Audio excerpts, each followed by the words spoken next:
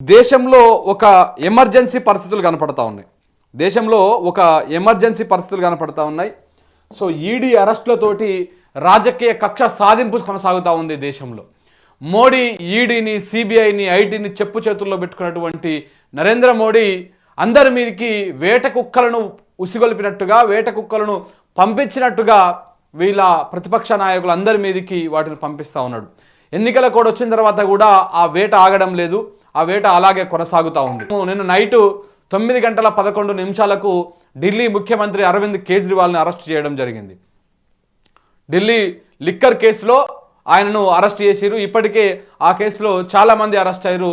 తెలంగాణకు సంబంధించినటువంటి ఎమ్మెల్సీ కవిత, మాజీ ముఖ్యమంత్రి కేసీఆర్ కూతురు కూడా అరెస్ట్ కావడం జరిగింది. సో మొత్తానికి ప్రతిపక్ష నాయకులు ఎవరైతే బీజేపీ మీద ఫైట్ చేస్తూ ఉన్నారో, బీజేపీ దుర్మార్గమైనటువంటి రాజకీయాలు, మత రాజకీయాల మీద మాట్లాడుతూ ఉన్నారో వాళ్ళందరినీ కక్షగట్టి వాళ్ళందరి మీద కక్ష సాధింపు, రాజకీయ కక్ష సాధింపు కొనసాగుతూ ఉంది దేశంలో. ఓవైపు సుప్రీంకోర్టు ఈడీ వ్యవహారాన్ని, ఈడీ చేస్తున్నటువంటి పనిని తప్పుపడుతూ ఉన్నా ఈడీ ఈ విధంగా ఏదో ఒక ఆరోపణల నెపంతో అరెస్టులు చేసి లోపల నుంచే ఇబ్బంది పెట్టేటువంటి ప్రయత్నం చేస్తూ ఉన్నారు రాజకీయంగా. సో ఇదిలా ఉంటే కేజ్రీవాల్ నిన్న రాజీనామా చేయలేదు. ఆయన జైలు నుంచే పరిపాలన కొనసాగుతూ ఉంది. నేను జైలు నుంచే రాష్ట్రాన్ని పాలిస్తా, ఢిల్లీ ముఖ్యమంత్రిగా కొనసాగుతా అని చెప్పేసి వారు చెప్పడం జరిగింది. సో కాబట్టి నేను తప్పు చేయలేదు కాబట్టి రాజీనామా చేయను, ఎట్టి పరిస్థితుల్లో కూడా నేను అదయ్యేటువంటి పరిస్థితి లేదు, బీజేపీకి లొంగేటువంటి అవకాశమే లేదని చెప్పేసి వారు చెప్పడం జరిగింది. సో మొత్తానికి దేశంలో మొత్తం చూసుకుంటా ఉంటే ఒక ఆందోళనకరమైనటువంటి పరిస్థితులు. ఓవైపు పంజాబ్ రైతులు ఉధృతంగా ఉద్యమం సాగిస్తూ ఉన్నారు. ఆ ఉద్యమాన్ని పక్కదో పట్టించడం కోసము, దేశవ్యాప్తంగా మోడీకి వస్తున్నటువంటి వ్యతిరేక పవనాలను తగ్గించుకోవడం కోసము, డైవర్ట్ చేయడం కోసము ఈ విధంగా ప్రయత్నాలు చేస్తూ ఉన్నారు. ఇప్పటికైనా దేశం కళ్ళు తెరవాలి. ఇటు బీజేపీ చేస్తున్నటువంటి దుర్మార్గ రాజకీయాలు, ఇటు రాష్ట్రంలో కూడా కాంగ్రెస్ పార్టీ చేస్తున్నటువంటి దుర్మార్గ రాజకీయాలు. ఇక్కడ ఉన్నటువంటి కాంగ్రెస్ పార్టీ అంటే అది కూడా మోడీ మరొక చిన్నపాటి కొమ్మనే అన్నమాట. రేవంత్ రెడ్డి మోడీ మనిషే, 200% మోడీ మనిషే. మోడీ కోసం ఆయన దేనికోసం ఆయన త్యాగం అవుతాడు. రేపన్నాడు పార్లమెంట్ ఎన్నికలు అయిపోగానే ఈ గుంపునంతా వేసుకొని పోయి మళ్ళీ మోడీ పంచన చేరేటువంటి వ్యక్తి రేవంత్ రెడ్డి. కాబట్టి 200% ఎలాంటి అనుమానం లేదు ఇందులో.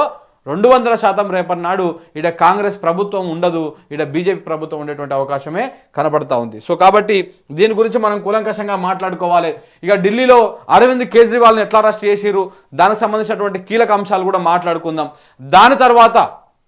దాని తర్వాత బీజేపీ కోసము, మోడీ కోసము రేవంత్ రెడ్డి కాంగ్రెస్ పార్టీని ఏ విధంగా పనంగా పెడతా ఉన్నాడు, డమ్మీ క్యాండిడేట్లను ఏ విధంగా బీజేపీని గెలిపించడం కోసము కాంగ్రెస్ నుంచి డమ్మీ అభ్యర్థులను ఎట్లా పెడతా ఉన్నాడు. మీకు కరెక్ట్గా గుర్తు ఉండాలి. హుజురాబాద్ ఉప ఎన్నికల సమయంలో ఈటల రాజేందర్ గెలుపు కోసము రేవంత్ రెడ్డి మామూలుగా తాపత్రయపడలే.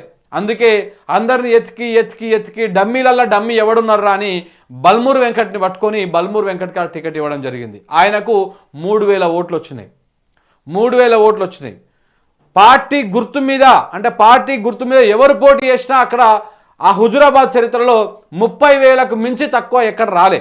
కానీ 30,000 కాదు కదా, కనీసం 10,000 కూడా రాకుండా కేవలం 3,000 ఓట్లు వచ్చే వ్యక్తిని ఎతికి మరీ హుజురాబాద్లో ఇచ్చిరు. దేనికోసం? కేవలం అక్కడ ఉన్నటువంటి బీజేపీ అభ్యర్థి ఈటల రాజేందర్ని గెలిపించడం కోసం.